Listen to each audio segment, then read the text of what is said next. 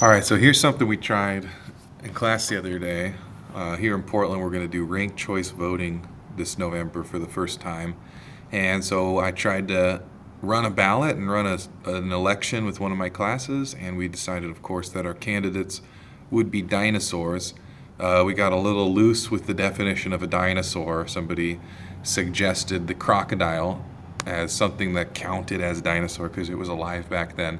And then the chicken because it's like a descendant of a dinosaur. And so we came up with our ballot of these particular dinosaurs.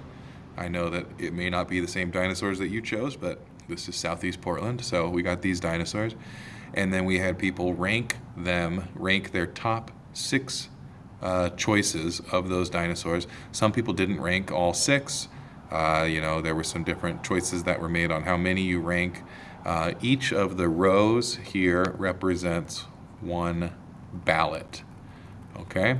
And so what we're going to do is look at, compare plurality voting, where it's just the first choice vote is the only one that counts. Compare that to some ranked choice voting. And so I'm going to tally up the results over here in this table. I will also mention that there is a good chance that I will mess up. So if I mess up, hopefully it doesn't ruin the whole point of the video, and our election workers actually have multiple people tallying because it's really easy to make mistakes. All right, so let's look at the T-Rex first off. If I look at the T-Rex, I can see it got one first place vote. So ballot number 14 here has a first place vote for T-Rex. So I'm going to type a 1 in T-Rex's round 1 column. Velociraptor, if I look at Velociraptor, we have a first place vote down here, ballot number 12. Then Ankylosaurus has 1, 2, 3, 4, 5, 6 first place votes. This one I didn't even know was a dinosaur, Dunkleosteus. Dunkleosteus had 1, 2, 3, 4, 5 first place votes. Crocodile had 1, 2, 3 first place votes. Our good friend the chicken had also 3 first place votes. And the Triceratops had 1, 2, 3 first place votes. So, if this was just a standard election where it's plurality voting, that would mean whoever won more votes than the other candidates wins. So under a plurality vote, you would have Ankylosaurus elected as your dinosaur king. Well, I guess you don't elect a king, your dinosaur mayor. So under ranked choice voting, however, what you do is you do several rounds and you eliminate the lowest vote getter and wait until a candidate has above 50% of the votes. So here we have a total of 22 votes, and if you look, Ankylosaurus does not have 50% of those votes. Ankylosaurus has 6 out of 22, so that is not the winner under ranked choice voting. What we do instead is we eliminate these ones here. So what's the best way to do this? Maybe I will fill them with red. So they are eliminated in round 1. And let me make these ones white again so you can still see what they are.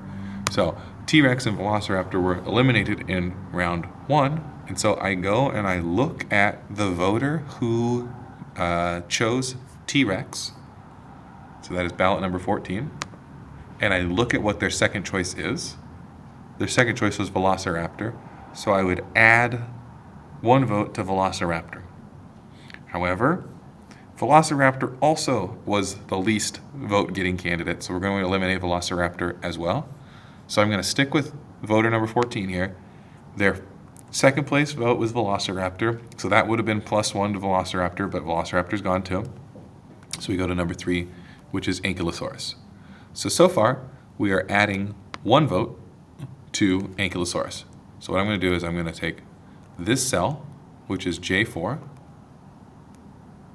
or sorry, J5. So we have J5. We're adding 1 because that was the T-Rex's transfer vote. Okay, the other candidate who was eliminated was Velociraptor. And we look at Velociraptor here, ballot number 12. Velociraptor had a ballot number 12. Their second choice was Ankylosaurus. So it turns out that Ankylosaurus gets another +1. Oops. So you don't need a fancy Excel sheet to do that for you. But you can see that now Ankylosaurus has 8 votes after we transferred the 2 candidates who were eliminated. That was all of the eliminated candidates' votes. So we just rerun and check, did Ankylosaurus meet the 50% threshold? And the answer is no. 8 out of 22 is not 50%. So now we play the process again. We're going to eliminate the bottom 3 candidates and then reallocate their votes to whatever is left over. So we have 3 candidates who are tied: crocodile, chicken, and triceratops. So let's make those red. You guys are out. And so now we can see that it is either Ankylosaurus or Dunkleosteus who's going to win, and it just depends on the preferences of the crocodile, chicken, and triceratops voters. So let's start with crocodile. So crocodile had, so voter 2 had crocodile number 1, Velociraptor number 2, but they're eliminated, Dunkleosteus number 3. So I'm going to start tallying over here. We have cell number K6, because that was the Dunkleosteus, and they get +1 for ballot number 2. Let's go on down. Ballot number 5 here. Ballot number 5, crocodile number 1, eliminated. Triceratops number 2, eliminated in round 2. Velociraptor number 3, eliminated. Chicken number 4, eliminated. Dunkleosteus number 5, that's where the vote transfers. So far I have done 2 of my crocodile voters. Here's my third crocodile voter on row number 8. Crocodile, eliminated. T-Rex, eliminated. Chicken, eliminated. Triceratops, eliminated. And then Ankylosaurus is the next vote. So Ankylosaurus is going to get a +1 here. So I'm going to go equals K5 plus 1. All right. So that takes care of my 3 crocodile voters. Now let's look at my 3 chicken voters. So chicken, row 18, goes to crocodile, also eliminated.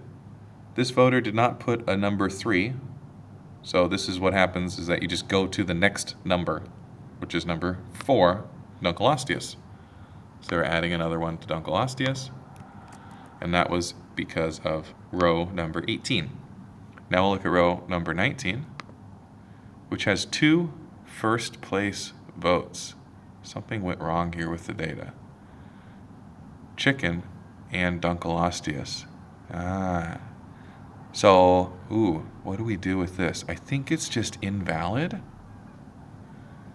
I already counted it for Dunkleosteus. So I think there may be a data problem here. I can't remember what the city of Portland actually does if there's a double vote. I think it invalidates it. Uh-oh. Okay, quick look. I'm going to quickly look this up, and I'll be right back once I have the election law. Okay, so if you choose multiple candidates in the same ranking, this is called an overvote, and your overvote is ignored. Okay, so here's what we're going to do. We're going to try to fix this. So we have 2 ranks for number 1, Dunkleosteus and chicken. We're going to remove those. So we're going to actually subtract 1 from the Dunkleosteus, subtract 1 from the chicken, and transfer that vote to number 2, crocodile, eliminated. And it ends up going to Ankylosaurus over there. Now in reality, what I'm realizing is I should have redone this whole process because the chicken never actually should have had 3. They should have only had 2. I'm not going to go back and start the video over, but that's what the election officials would do. If they realized, oops, there was an overvote, in round 1, chicken would have only had 2, and then in round 2, chicken would be the only one that was eliminated. So I kind of knew when I started making this video I'd make a mistake at some point, because ranked choice voting is confusing. But we can figure it out. Okay, so we figured out ballot number 19. We have an overvote for Dunkleosteus and chicken, eliminate that, transfer to crocodile, eliminate that, +1 to Ankylosaurus. All right, now let's look down at the other one. Chicken, number 1. They skipped number 2, so you just treat the number 3 as if it is. And number 3 is eliminated, crocodile is eliminated. Look at Velociraptor, eliminated. Look at T-Rex, eliminated. So sometimes there's a vote that just gets exhausted. It's no longer good. All their candidates were eliminated. That's too bad. So that was the 3 crocodile and the 3 chicken. Let's look at Triceratops now. Okay, Triceratops 1, eliminated. Ankylosaurus 2, let's add that on. Next Triceratops voter. Ooh, this is exciting. Another overvote. 1 and 1 for Ankylosaurus and Triceratops. So that actually means we go back and we subtract 1 from our Ankylosaurus and our Triceratops. And again, this would have affected which ones would be eliminated in round 2. Let's try to find then the 3rd voter. Another overvote between Triceratops and T-Rex. So that's eliminated. So then it goes to Velociraptor, and then it goes back to Ankylosaurus. And we have a +1 right there. So, at the end of all that fun stuff, equals sum, we have the Ankylosaurus with 11 out of 18 as the winner. Now, I noticed that there were a couple mistakes in the ballots, and that meant that my round 2 of elimination was done incorrectly. There should have been, it looks like maybe the crocodile and the Triceratops were eliminated in round 2, but the chicken survived, or something like that. I can't remember. But anyway, you have a little bit of an idea of how ranked choice voting works, and you have an idea of how easy it is to make mistakes, even when you're just trying to count up ballots. So please be kind to our election workers.